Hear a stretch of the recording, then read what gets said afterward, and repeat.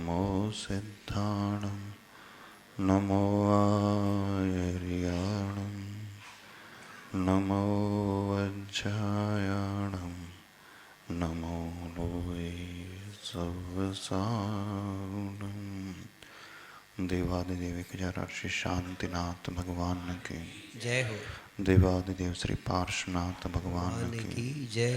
संत श्रोमणी आचार्य भगवान गुरुदेव श्री विद्यासागर जी महाराज की जय हो। पूज्य आचार्य श्री समय सागर जी महाराज की जय हो। परम पूज्य निर्यापक श्रमण मुनि वीर सागर जी महाराज की, समस्त मुनि संघ की जय।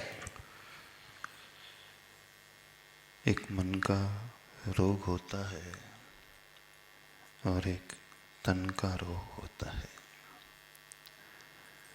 दोनों ही प्रकार के रोग, बीमारियां व्यक्ति को चिंतित कर देते हैं।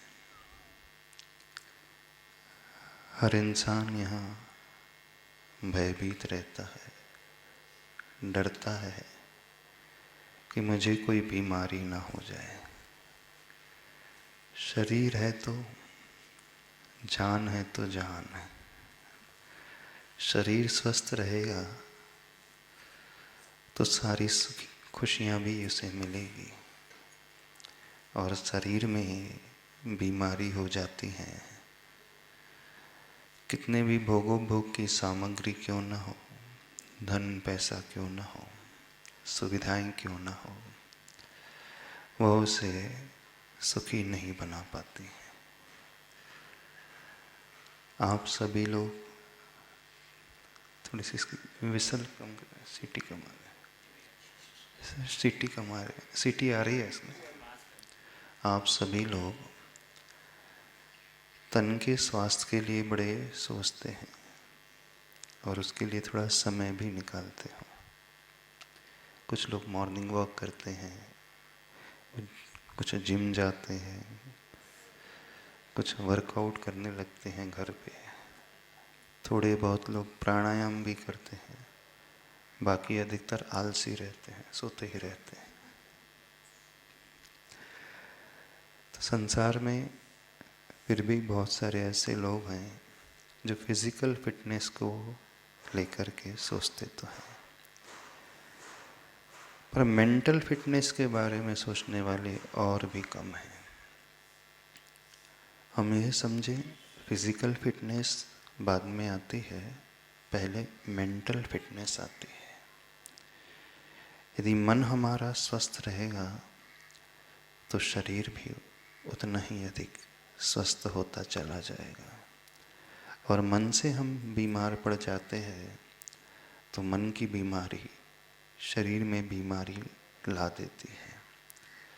तो हमें यह कार्य पहले करना चाहिए, अपने मन को हम स्वस्थ बनाना सीखें। मन की बीमारी कौन सी होती है जानते हो? टेंशन, चिंता, डर, शोक, एंजाइटी, है ना, ईर्ष्या, जलन, जुगुप्सा। कहने का अभिप्राय, जब हम अपने वर्तमान के आनंद को खो देते हैं, अपने साम्य भाव समता को खो देते हैं, तो मन से बीमार पड़ जाते हैं। तो पहला प्रयास मानसिक शांति का होना चाहिए। जिसने मानसिक शांति पाना सीख लिया, शारीरिक सुख, शारीरिक शांति तो उसे वैसे ही प्राप्त हो जाएगी। कदाचित शरीर में कोई बीमारी हो भी तो वह व्यक्ति उन बीमारियों से बहुत अच्छे से लड़ लेगा। हमारी बॉडी का इम्यून सिस्टम सिर्फ भोजन पर आधारित नहीं रहता है, इस बात को समझें। जो रोग प्रतिरोधक क्षमता शरीर की होती है, आप सिर्फ हेल्दी डाइट ले रहे हैं उससे नहीं बनती है। हमारा इम्यून सिस्टम मजबूत होता है मुख्य रूप से हमारी सोच से, हमारी विचारधारा से, हमारे जीने के ढंग से। हम हर चैलेंजेस को लाइफ में कैसे एक्सेप्ट करते हैं, उसके अनुसार हमारा यह रोग प्रतिरोधक क्षमता का विकास होता है।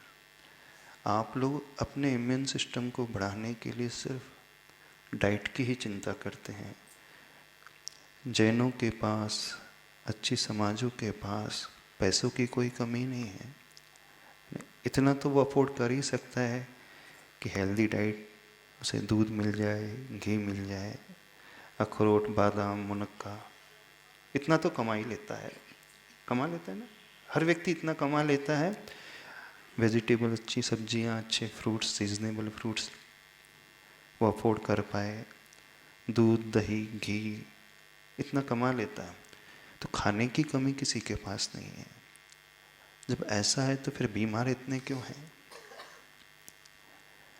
तो उसके पीछे कारण मूल रूप से हमारी गलत दृष्टि, गलत सोच।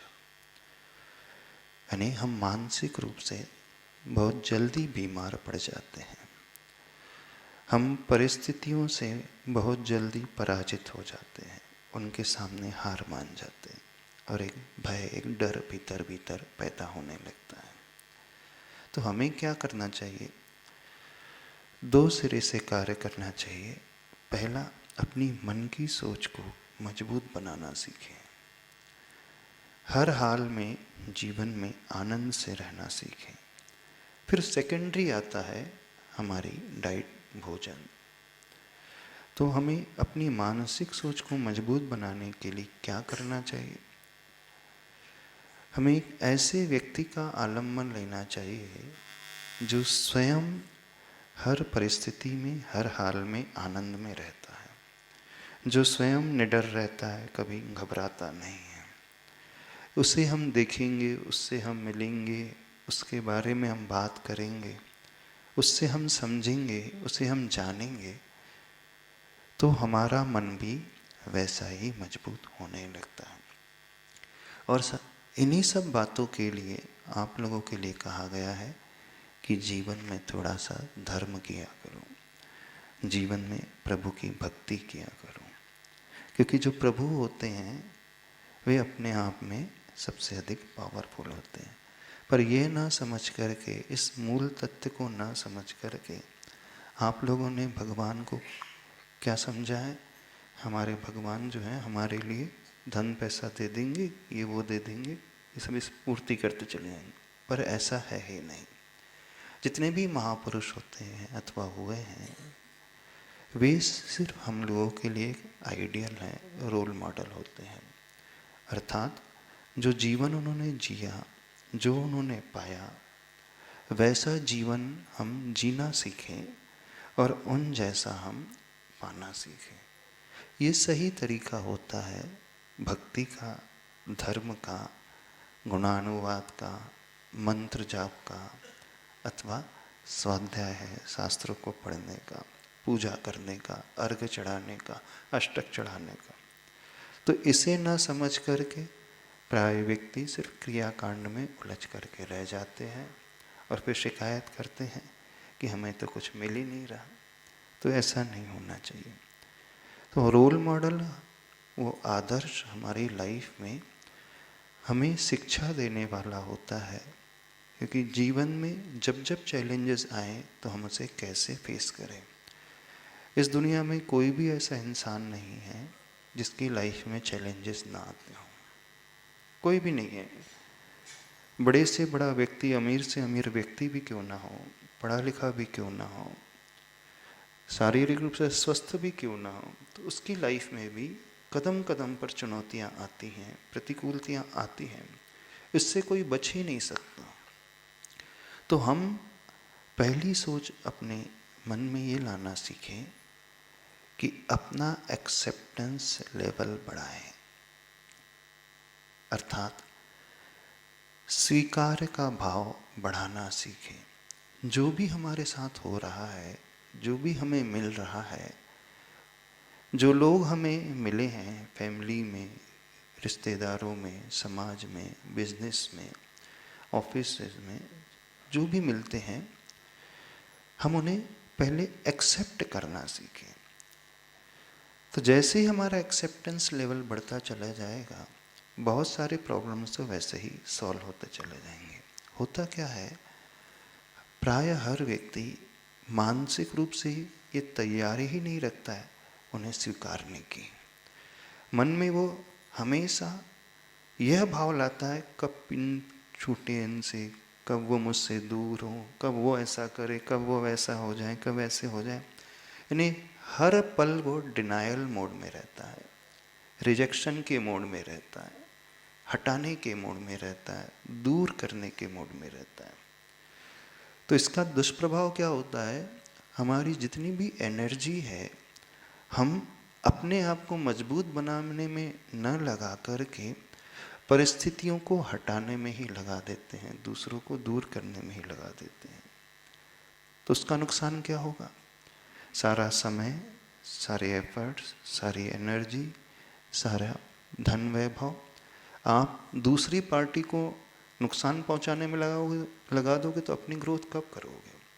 दो तरीके होते हैं अपने आप को बड़ा करने के, या तो अपनी लाइन बड़ी कर दो अथवा दूसरों की लाइन छोटी कर दो, है ना। तो आप लोग क्या करते हैं, अपनी लाइन बड़ा करने के कोई नहीं सोचता है, प्राय सभी क्या सोचते हैं, मैं उसकी लाइन छोटी कर दूँ। उसकी लाइन छोटी करने का अर्थ क्या है, मैं उस परिस्थिति को थोड़ा व्यवस्थित बना दूँ, उस व्यक्ति को मैं व्यवस्थित बना दूँ, उस व्यक्ति के नेचर को मैं बदल दूँ, उसका स्वभाव इस प्रकार का उससे मैं सुधार दूँ। तो देखना मैक्सिमम टाइम व्यक्ति का कहाँ जाता है, मैक्सिमम एनर्जी वो कहाँ उपयोग में लाता है, अपने लिए नहीं लाता हो, वो दूसरों को सुधारने में ही लगा रहता है। माता पिता है तो बच्चों में लगे हैं, पत्नी है तो पति को सुधारने में लगी है, पत्नी है तो पत्नी को संभालने में लगा, नहीं अपने को भूल करके वो दूसरों में लगे हैं। तो ये कहलाती है निमित्ताधीन दृष्टि।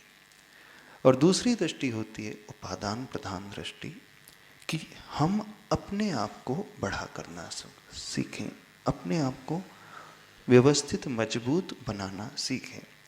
तो जैसे ये दृष्टिकोण हम बदल लेंगे, फिर देखना उन्हीं परिस्थिति में रहते हुए, उन्हीं हालात में रहते हुए, उन्हीं लोगों के साथ रहते हुए आपका जीवन पूरा बदला बदला सा रहेगा। आपको वे ही लोग फिर अच्छे लगने लगेंगे क्योंकि आप अंदर से अपने आप को बहुत मजबूत कर चुके हैं। कहने का अभिप्राय है हम अपनी जड़ें मजबूत बनाना सीखें। तो अपनी जड़ें मजबूत कैसे बनती हैं, तो उन रोल मॉडल्स को, उन प्रभु को, उन महापुरुषों को देख करके। और मंत्र जाप भी इसीलिए किया जाता है। तो आज आपको एक बहुत अच्छा तरीका बताते हैं अपने मन को मजबूत बनाने का।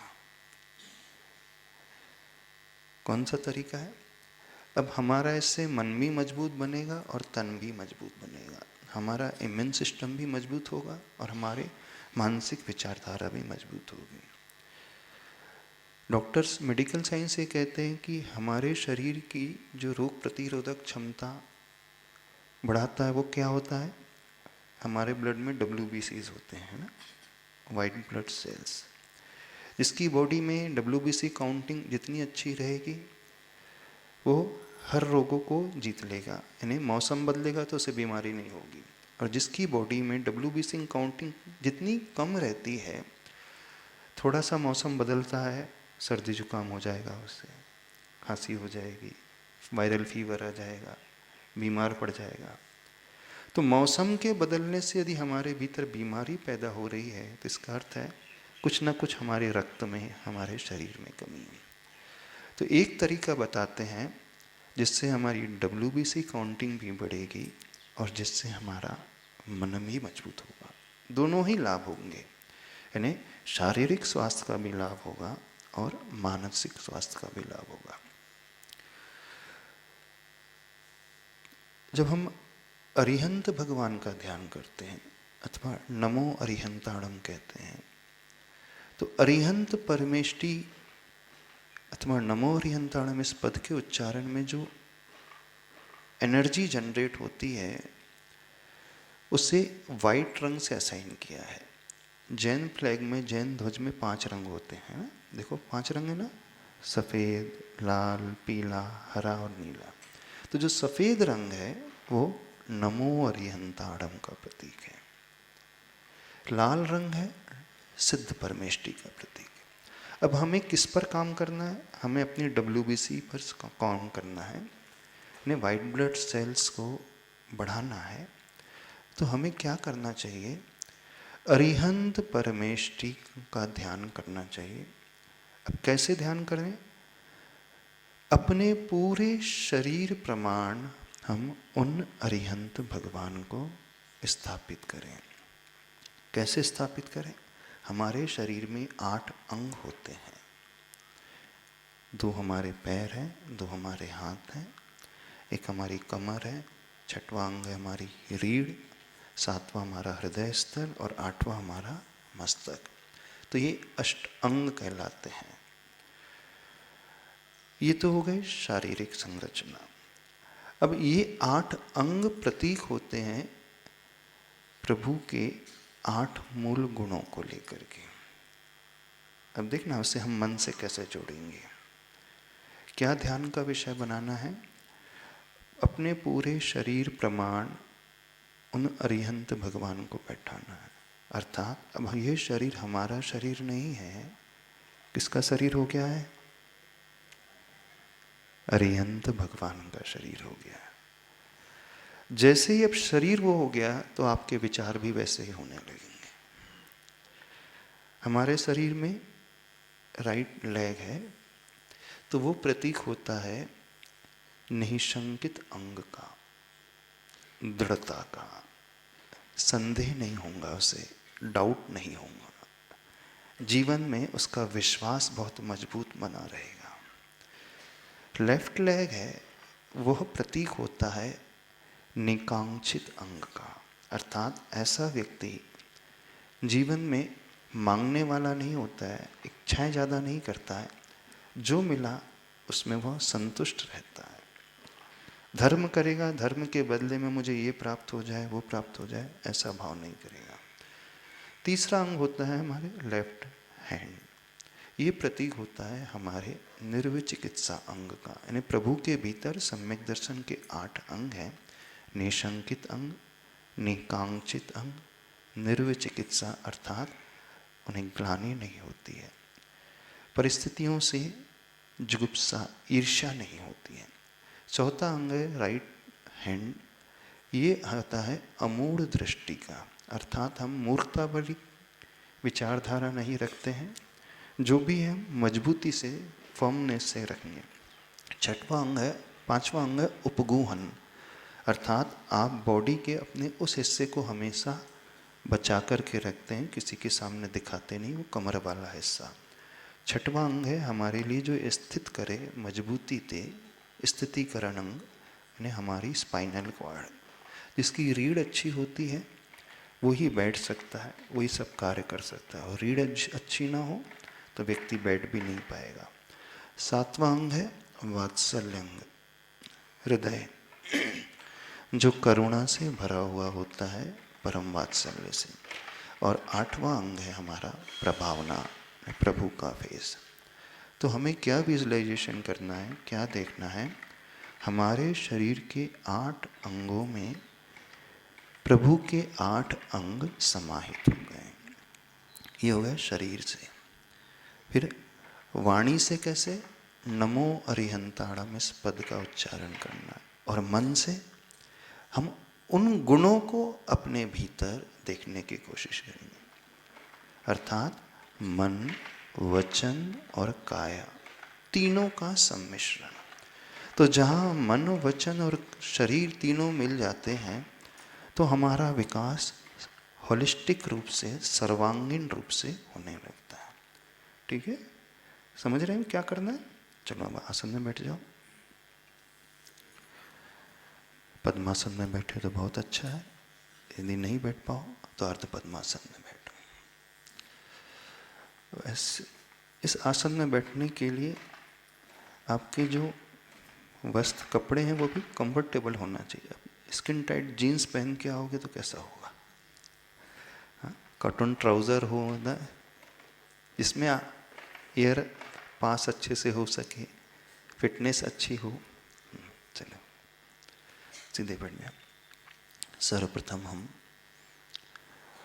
अपने मन के, अपने शरीर के टॉक्सिन्स को निकालने के लिए, विषाक्त पदार्थ को निकालने के लिए ओंकार की ध्वनि से अपने आप को भरते हैं, उस शुद्ध ऊर्जा को अपने भीतर भरते हैं और इसके भीतर से अशुद्ध ऊर्जा को निष्कासित करते हैं।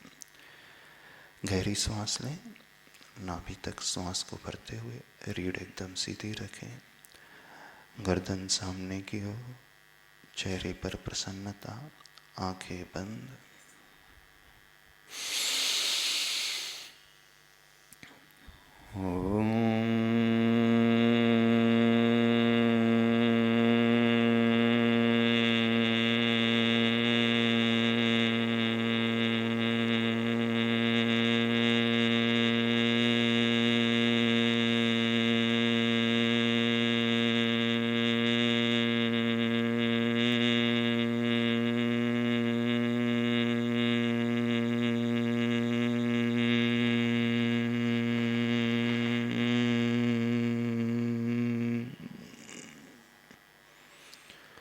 पुनः भीतर तक श्वास भरते हुए यह भाव लाते हुए हमारे शरीर से टॉक्सिन्स बाहर निकल रहे हैं, हमारी बॉडी के सेल्स और हमारा मन स्वस्थ ऊर्जा से भर रहा है।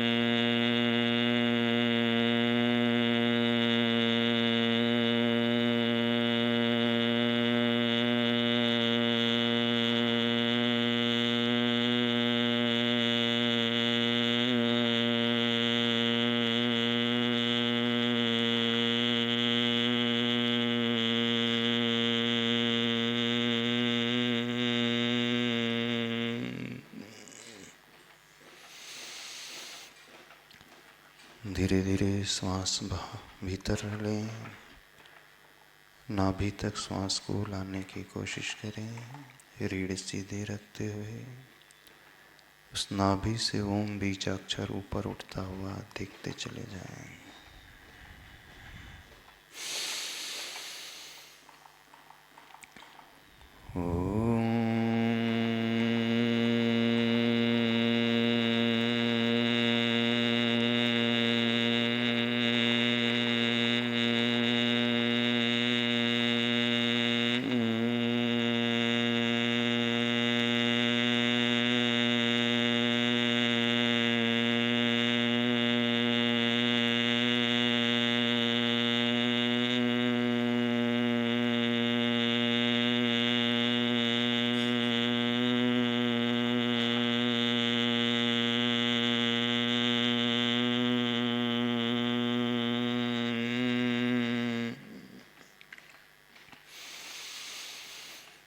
पुनः एक गहरा प्रयास करें।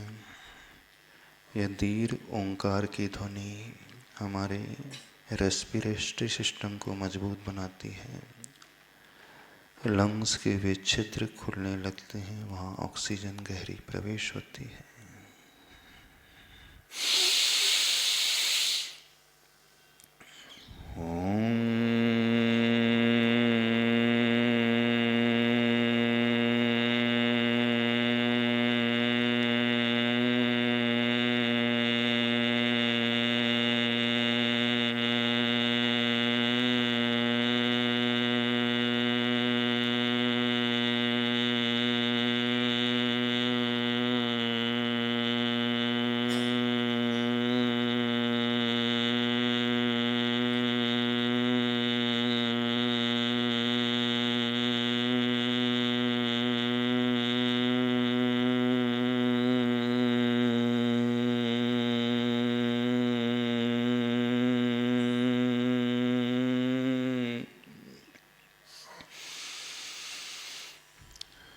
वो फ्रेश ऑक्सीजन ब्लड के साथ पूरे बॉडी में सर्कुलेट होती है उन विषाक्त पदार्थों को शरीर से बाहर निष्कासित करती है।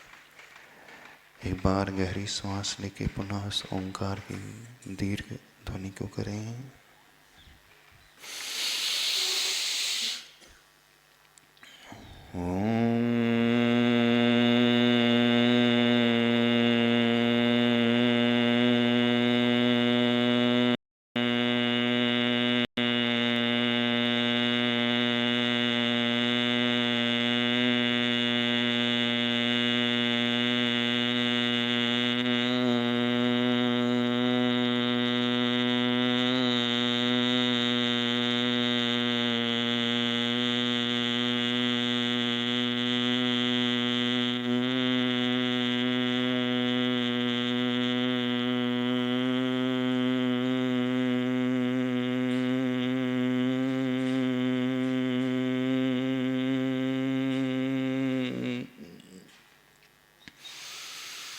रिलैक्स, सारे शरीर को शिथिल छोड़ दें।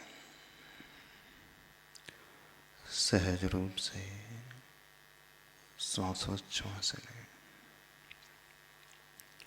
दृष्टि अपनी आती हुई श्वास पर।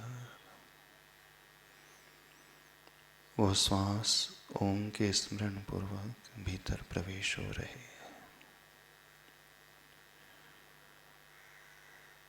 धीरे धीरे उस निश्वास को देखें।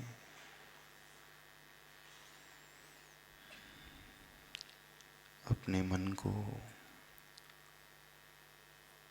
अपने ही भीतर लाने हैं तुम्हें। धीरे धीरे उस ओम के उच्चारण से उन प्रभु को देखने की कोशिश करें। ओम ओम ओम ओम ओम ओम। अपने पूरे शरीर प्रमाण उन अरिहंत भगवान की छवि को स्थापित करें। हमारा शरीर अब हमारा नहीं, उन अरिहंत परमेष्टि का शरीर, परम शुद्ध शरीर। अपने शरीर के आठों ही अंग प्रमाण उन प्रभु के अंग को देखें। वाणी में सफेद अक्षरों से नमो अरिहंताणम यह पद लेकर के आए और इस नमो अरिहंताणम की ऊर्जा अपने शरीर के आठों अंग में प्रवाहित होते हुए देखें। नमो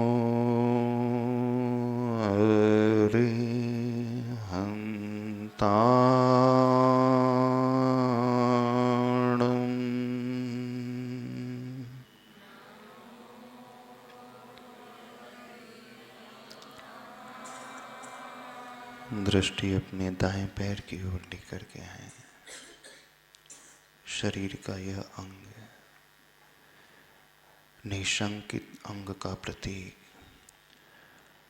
उसकी उन सफेद हड्डियों में इस नमो अरिहंताणम पद की ऊर्जा सफेद रंग से प्रवाहित हो रही है। नमो अरिहंताणम।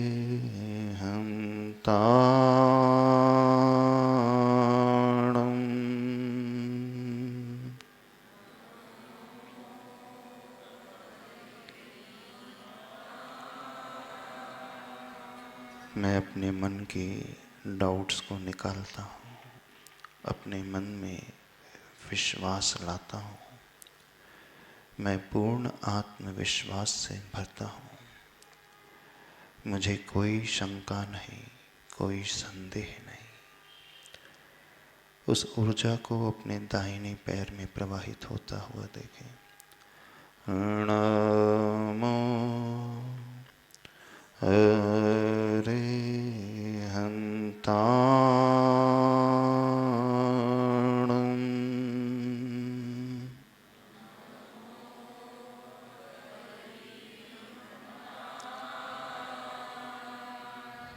अपने जीवन में उन संदेह को त्यागता हूँ और अपने आप को विश्वास से भरता हूँ। दृष्टि अपने बाएं पैर की ओर लाएं। वह प्रभु की मुद्रा को देखें अपने शरीर प्रमाण। नमो अरिहन्ताणम्।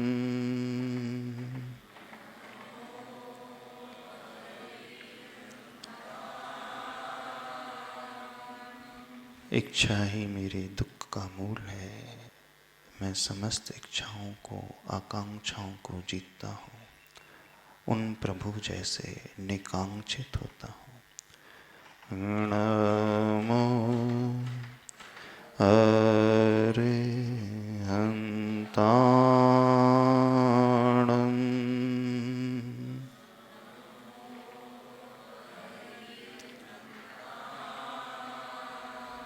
दृष्टि प्रभु के बाएं हाथ की ओर लेकर के आए। जिन्होंने समस्त ग्लानि को, ईर्ष्या को जीत लिया है, मैं अपने बाएं हाथ में उसी ऊर्जा को देखता हूँ। उन हड्डियों में नमो अरिहन्ताणम् की ऊर्जा प्रवाहित हो रही है। नमो अरिहन्ताणम्।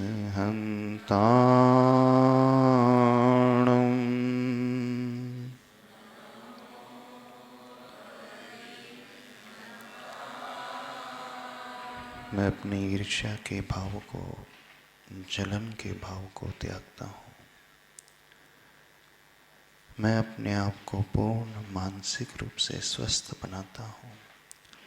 नमो अरिहन्ताणम्। दृष्टि प्रभु के दाएं हाथ की ओर लाएं।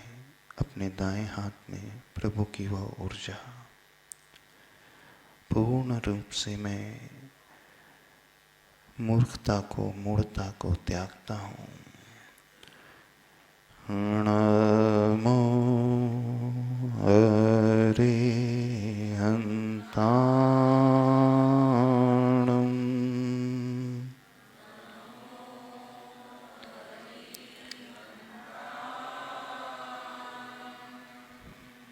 मैं उस उपगुहन अंग को अपने भीतर लेकर के आता हूँ। दूसरों की बुराइयों को मैं छोड़ता हूँ। उनकी कमियों को मैं ढकूं। अपने उस स्थान में उस ऊर्जा को देखता हूँ। नमो अरिहन्ताणम्। दृष्टि अपनी रीढ़ की हड्डी की ओर लेकर के आए। प्रभु का वह स्थिर आसन, मेरा आसन भी बिल्कुल वैसा ही, वह रीढ़ मुझे स्थिरता दे रही है। मेरा मन हर परिस्थिति में स्थिर, मजबूत हो रहा है। अपनी रीढ़ की हड्डी में लिखे हुए इस मंत्र को देखें। नमो अरिहन्ताणम्।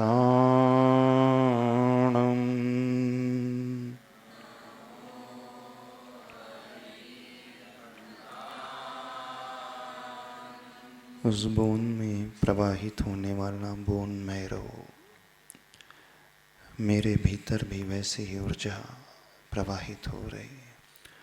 नमो अरिहन्ताणम्। दृष्टि प्रभु के हृदय स्थल की ओर लेके आए।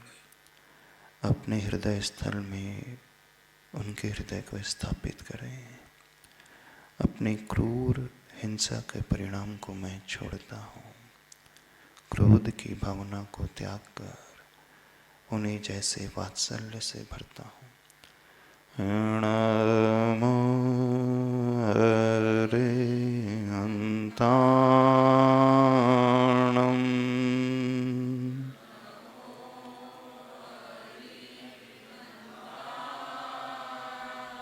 अपने वैर के भाव को त्यागता हूँ, शत्रुता के भाव को त्याग कर उन्हें जैसी क्षमा अपने हृदय में लाता हूँ।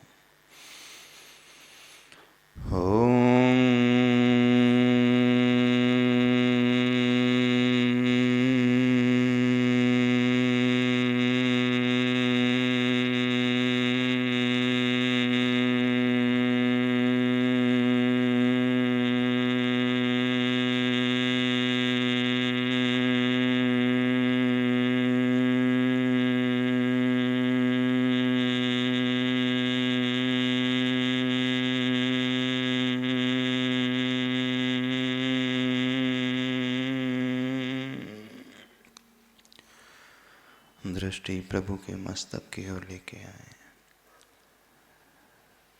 अपने मस्तक में प्रभु के मस्तक को देखें, अपने चेहरे में उनके चेहरे को देखें। मैं उन जैसी पवित्र भावना को अपने भीतर लाता हूँ। नमो हरे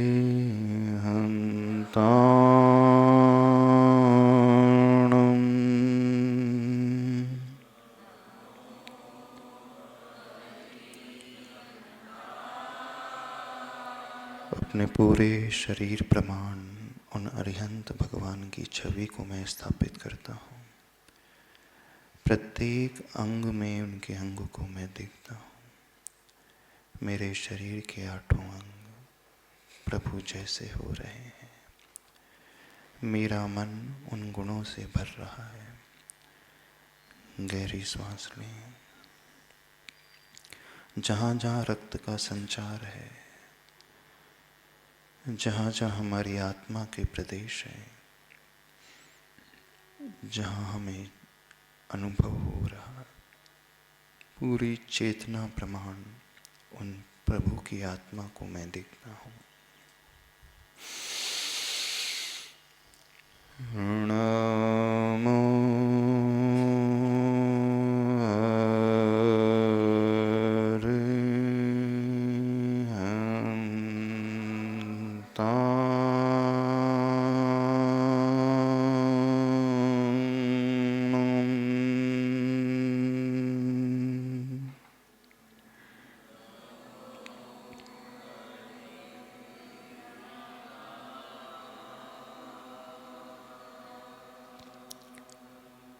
दृष्टि अपने भीतर लाएं। शरीर के उस हिस्से को ध्यान से देखें जहाँ हमें दर्द है, पीड़ा है। सारा ध्यान उस क्षेत्र में फोकस करें। इस दिव्य ऊर्जा को चारों तरफ घूमते हुए उस स्थान में देखें। गहरी सांस लेकर उस ओंकारमय ऊर्जा को उस पेन वाले एरिया में देखें।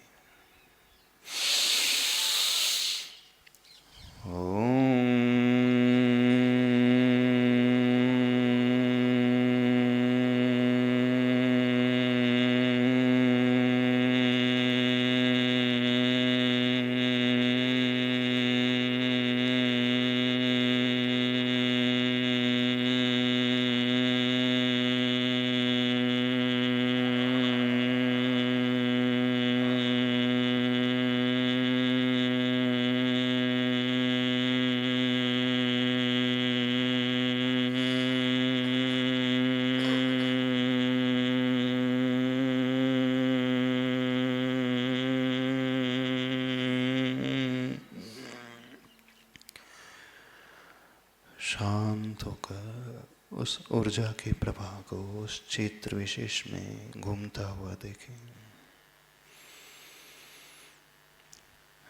अपने मन को उन जैसा स्वस्थ देखें। मैं उस प्रसन्नता से अपने आप को भर रहा हूँ।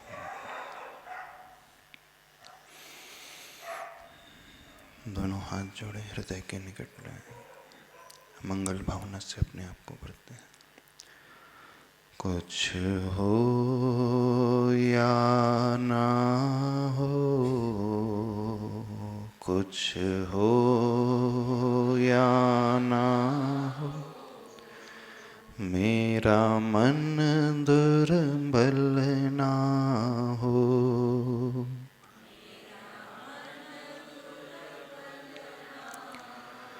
कुछ हो या ना हो, कुछ हो, मेरा मन दुर्बल ना हो, मेरा मन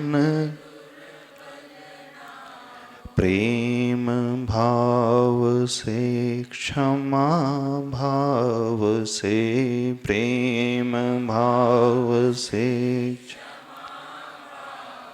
समता में मेरा स्वभाव हो, समता में मेरा